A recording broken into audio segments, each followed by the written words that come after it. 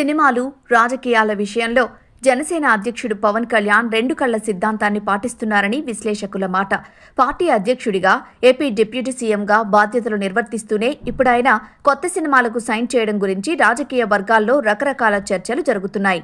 ఈ dual role అభిమానుల్లో ఉత్సాహం పెంచుతుండగా పొలిటికల్ సర్కిల్స్లో మాత్రం డౌట్స్ పెరుగుతున్నాయి.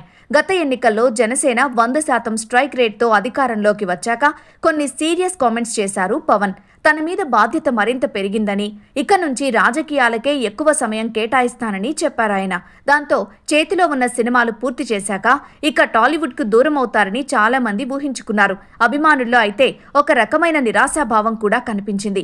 కానీ తాజాగా కొత్త సినిమాలకు ఓకే చెప్పడంతో ఫ్యాన్స్ పిచ్చ హ్యాపీ అవుతుండగా పొలిటికల్ సర్కిల్స్లో మాత్రం అనుమానాలు పెరుగుతున్నాయి. పవన్ గతంలో చెప్పిందేంటి, ఇప్పుడు చేస్తోందేంటి? ఇక వరుస పెట్టి సినిమాలు చేస్తూ పోతారా? అలాగైతే రాజకీయంగా యాక్టివ్ రోల్ పోషించడం సాధ్యమేనా? పార్టీకి పూర్తి సమయం కేటాయించగలుగుతారా అన్న చాలా ప్రశ్నలు వస్తున్నాయి వివిధ వర్గాల్లో. సాధారణంగా రాజ్యాంగబద్ధమైన పదవుల్లో ఉన్నవారు వీలైనంత ఎక్కువ సమయాన్ని ప్రజల మధ్య ఉండటానికే కేటాయిస్తూ ఉంటారు. కానీ పవన్ వరుస సినిమాలు చేస్తూ పోతుంటే అది సాధ్యమవుతుందా అన్నది బిగ్ క్వశ్చన్. పవన్ కళ్యాణ్ ప్రస్తుతం ఏపీ డిప్యూటీ సీఎం హోదాలో అటవీ, పంచాయతీరాజ్, గ్రామీణాభివృద్ధి వంటి కీలక శాఖలను నిర్వహిస్తున్నారు. ఓవైపు ఆ బాధ్యతలు నిర్వహిస్తూనే పెండింగ్లో ఉన్న హరిహర వీరమల్లు, ఓజీ, ఉస్తాద్ భగత్ సింగ్ షూటింగ్స్ పూర్తి చేశారు. వీటిలో 2 సినిమాలు రిలీజ్ అవ్వగా ఉస్తాద్ భగత్ సింగ్ మాత్రమే ఇంకా రిలీజ్ అవ్వాల్సి ఉంది. తాజాగా ఇప్పుడు డైరెక్టర్ సురేందర్ రెడ్డితో కొత్త సినిమాకు ఓకే చెప్పి సెట్స్కు వెళ్లేందుకు సిద్ధమయ్యారు పవన్. తన పార్టీ నడపడానికి కావలసిన ఆర్థిక ఇంధనాన్ని సినిమాలే అందిస్తున్నాయని గతంలో ప్రకటించారు పవన్.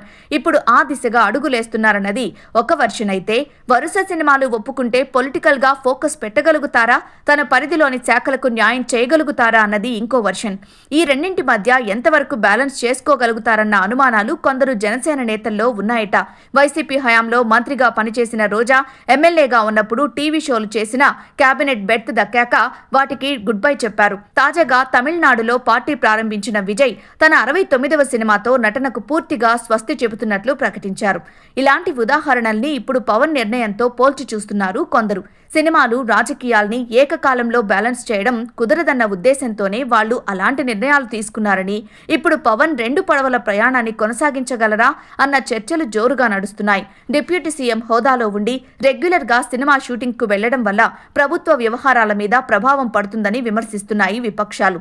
డిప్యూటీ సీఎంకు ప్రజల సమస్యల కంటే సినిమాలే ఎక్కువైపోయాయి. దానివల్ల పొలిటికల్ సీరియస్నెస్ తగ్గుతుందని విపక్ష నేతల వాదన.